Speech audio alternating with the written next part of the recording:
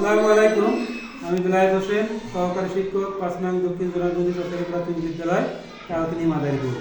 আজকে আমি শিক্ষার্থীদের শিখাবো বিরাম চিহ্নের ব্যবহার।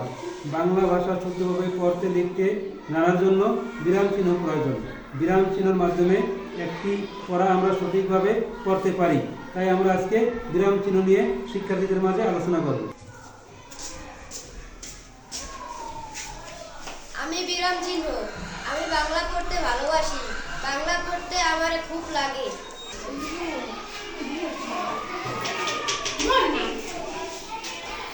আমি কমা শব্দের মাঝে বসি। আমি আমার সময় 1 সেকেন্ড।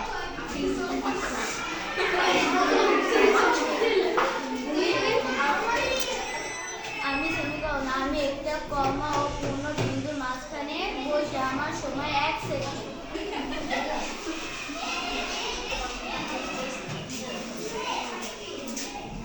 আমি দাঁড়িয়ে বাক্যের শেষে আমি বসি। আমার সময় 1 সেকেন্ড।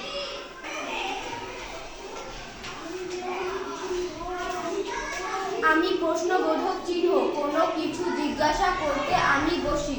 আমার সময় 1 সেকেন্ড।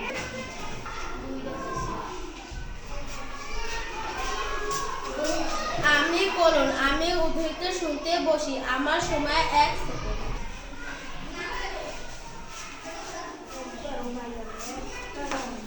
আমি বিষয় সূচক চিহ্ন আবেগ প্রকাশ করতে বসি। আমার সময় 1 সেকেন্ড।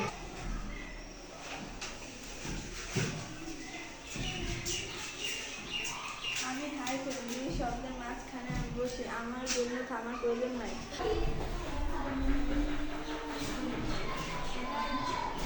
তোমাদের সবাইকে আজকের পাঠে ধন্যবাদ।